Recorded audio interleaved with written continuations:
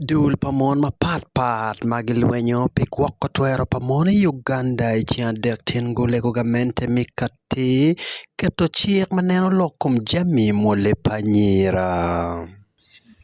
38.5% of these mentioned fear of leaking blood as their main reason for missing school during menstruation. The government cites resource constraints to cover the gap, yet menstrual health interventions require just 0.05% of the national budget, a negligible fraction of national expenditure. Kien wachi maro bikonyo gwako twero palutina nyira medeki gwako leogi yot kum karachiel kibeda gonya kagien kitika kien dano. The latest audit report by the Auditor General, which reveals the dire state of access to menstrual hygiene products for girls in Uganda, leading to 64% of girls missing school days.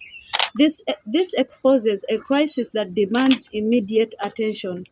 Additionally, a recent feasibility study on menstrual health and school absenteeism among adolescent girls in Uganda found that 19.8% of girls interviewed reported missing at least one day of school during their last period, and 17.3% reported missing school in the last 30 days due to menstruation. This crisis disproportionately affects girls, while boys often continue their education uninterrupted. The results, a cycle of inequality and discrimination, where young girls are denied their right to education simply because of a natural biological process. Pero minongo jimi mokene manyira romo tich kwere ikare mimule oweko jomokene dong tika tich kweyo. Girls in various regions of Uganda are said to be using sand,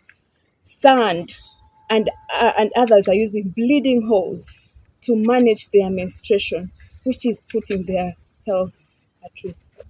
Pero ene bene dong tie matek to twal kini ano to twal le kare mimule kono bene pipe. Local governments continue to neglect the provision of essential water and sanitation services, like access to clean water, toilets, changing rooms, and appropriate disposal systems for pads. While religious leaders and policymakers debate who should or should not live together, young women nationwide are missing school because they cannot afford sanitary pads.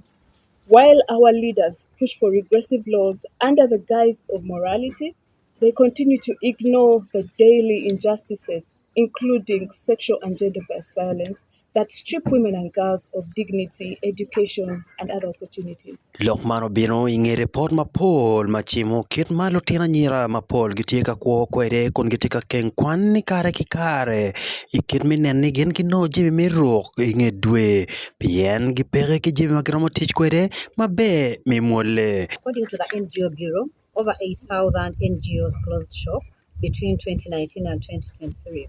More recently, the United States government has also rolled out the USAID funds freeze, which has affected a good number of CSOs. The funding cuts and crisis are not just from the US. The impact of this will see disruption in provision of essential services by CSOs. Man benedo weko dulmargi o karo kilega magen gi chwalo bod kamente ginango mamiro gen guti chot. To the Ministry of Gender, Labor and Social Development and Ministry of Education to urgently share a comprehensive plan to address the funding gaps in health and education, including period poverty, and ensure an intersectional response to this to ensure that women and girls in all their diversities are catered for and that no one is left behind. Guarantee domestic financing to ensure uninterrupted access to critical health services,